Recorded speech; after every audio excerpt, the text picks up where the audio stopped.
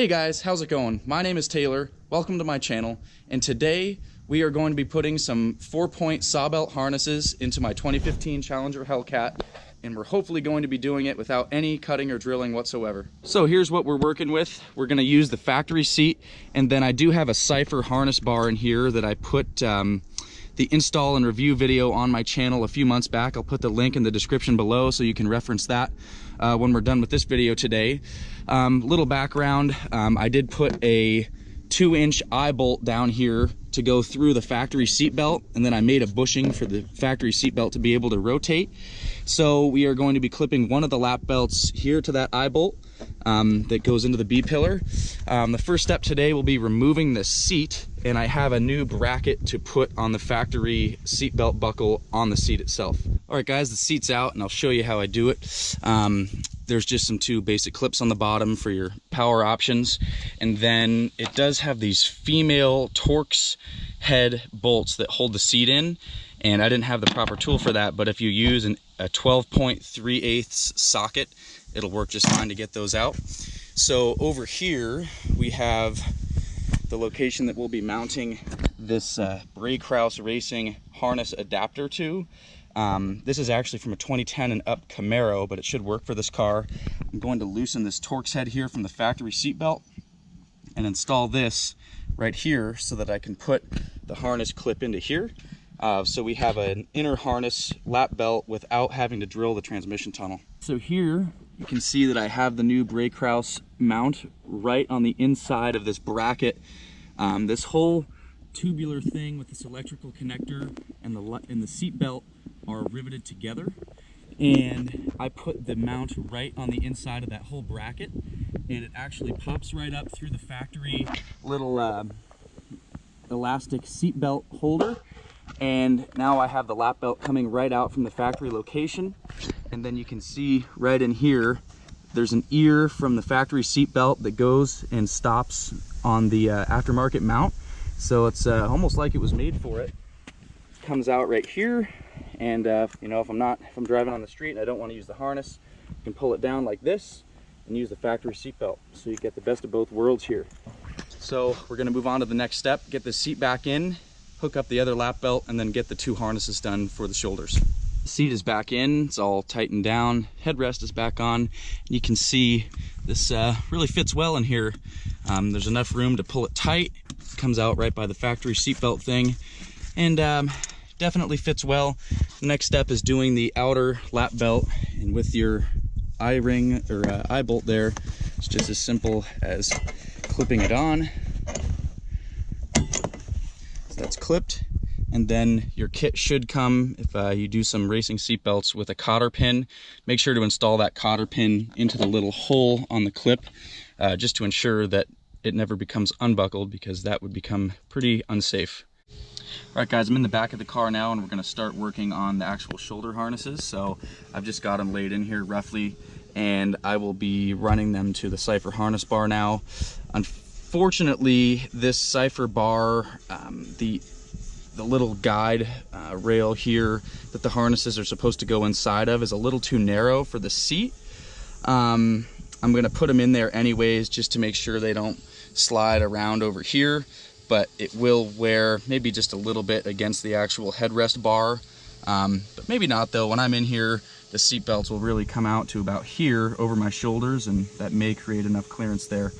So I'm going to go ahead and run these onto here, and then I'll show you the proper way to run the belts through itself with this clip.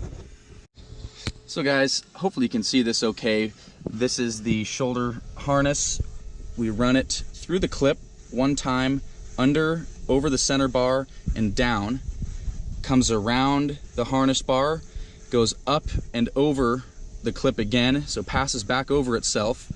Once you go ahead and pull that tight like that, you'll run this back over and under here once more. So once you've pulled that last piece over and tightened it, you can see roughly how it all runs through the clip. And obviously this is all way too loose. I just did that as a demonstration. Right now I'm actually going to work on aligning the belts, making sure they come down equally and then I'll go ahead and snug these up because it's just too loose right now. But I just wanted to show you guys how that was done. So I'll check in with you once it is all finished. If you have OCD like me, you're gonna wanna make sure that the labels on your harnesses are dead even. Otherwise, it's gonna bug you for who knows how long. All right, the harnesses are done. I got the shoulder harnesses real level, just over the SRT logo on the seat. And I've sat in here to make sure everything fit me well, so it's all done. And then if I fold the seat forward here, I'll show you what you can do with the excess. I wouldn't recommend cutting and burning these for your excess, because if you ever transfer them to a different car, it may fit differently. So just wrap them up real tight. I put a zip tie through the middle to hold it, to bind it together, and then just zip tied it back to the bar here. So you have two nice, neat little loops there for all the excess. And yeah, so that's it. These should work well for the track. One thing I am gonna have to work on is the level of the harness bar. It's gotta go up maybe 1 inch, because when I'm sitting up here, the straps are actually going down at an angle, and if you got in a wreck, it might break your collarbone or something. Not that I plan to get in a wreck, but you've got to make sure that it's set up properly to work exactly as it should. One thing I forgot to mention is about the seatbelt chime for the factory seatbelts. So you can buy one of these little dummy clips on eBay. I got 2 of them for $5.99 with free shipping. And instead of using a resistor and a bunch of other stuff to keep the seatbelt light and the chime off, just go ahead and buy one of these. Click it in there when you've got your harnesses, and that way this won't irritate you while you're trying to drive. All right, guys, that is going to do it for today's video. I really hope that you enjoyed it. In my opinion, if you seriously are considering tracking your car, whether it be on the drag strip or on the road course, the harnesses are definitely a must.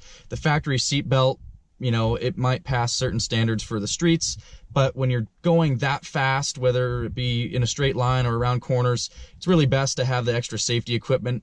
And the best thing about all of it is it's not very expensive. The harness bar is about $200 if I remember correctly, and then a set of harnesses is about $450 to $500 for both sides. My dad actually did the same setup in his Hellcat, so we just split the set of belts. So for around $600 to $700, depending on the belts that you buy, you can do the same setup, and it's fully reversible. There's no cutting, no drilling, and it all bolts in just like something would from the factory. So you don't have to damage your car or alter anything. Definitely a great way to keep yourself safe when you're going and pushing the limits of your car.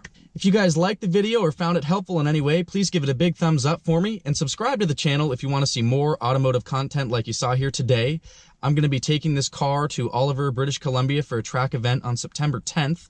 So in a couple of days from now, when you're seeing this video, I should have a video up of the whole event that day. We'll really see how the car performs with the new tires I put on from last video.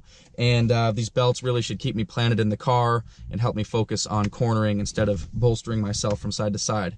So I'm looking forward to seeing you guys next video.